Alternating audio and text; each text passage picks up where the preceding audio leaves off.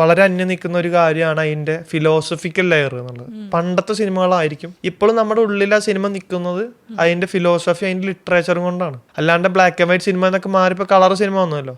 എന്നിട്ട് പോലും black and white cinema, ചില സിനിമകൾ നമുക്ക് ഇഷ്ടാവുന്നത് എന്തുകൊണ്ടാണ്? ഇപ്പൊ ചാപ്ലിന്റെ സിനിമകളൊക്കെ ഇഷ്ടാവുന്നത് അത് പെർഫോമൻസിന്റെ ഒക്കെ അപ്പുറത്ത് ആ സിനിമ സംസാരിക്കുന്ന ഒരു ഫിലോസഫി ഉണ്ട്. ഇതിന് പുതിയ റൈറ്റേഴ്സ് അല്ലാച്ച പുതിയ ഫിലിം മേക്കേഴ്സ് ചേർത്ത് പിടിക്കുന്നില്ല എന്ന് എനിക്ക് തോന്നുന്നുണ്ട്.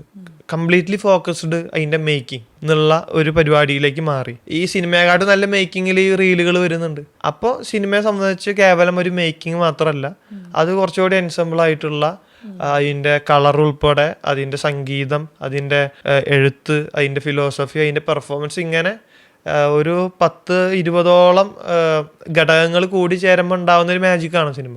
മാക്സിമം ഇപ്പോൾ പോകുന്നത് മ്യൂസിക്കിലേക്കും അതിൻ്റെ ഒരു എഡിറ്റിങ്ങിലേക്കും മാത്രം ഫോക്കസ്ഡ്. ഭയങ്കര റഷായിട്ടുള്ള കട്ട് വരും, ഭയങ്കര ബമ്പ് ചെയ്യുന്ന പോലത്തെ മ്യൂസിക്സ് വരും. ഇതിലാണ് ആൾക്കാർ ഹുക്കാവുന്നത്.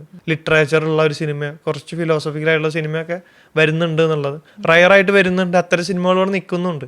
ഇവിടെ നിലനിൽക്കാതെ പെട്ടെന്ന് മറന്നു പോകുന്ന സിനിമകളുടെ ഉള്ളിൽ ലിറ്ററേച്ചറും ഫിലോസഫി ഇല്ലാത്തതുകൊണ്ടാണെന്നാണ് ഞാൻ വിചാരിക്കുന്നത്.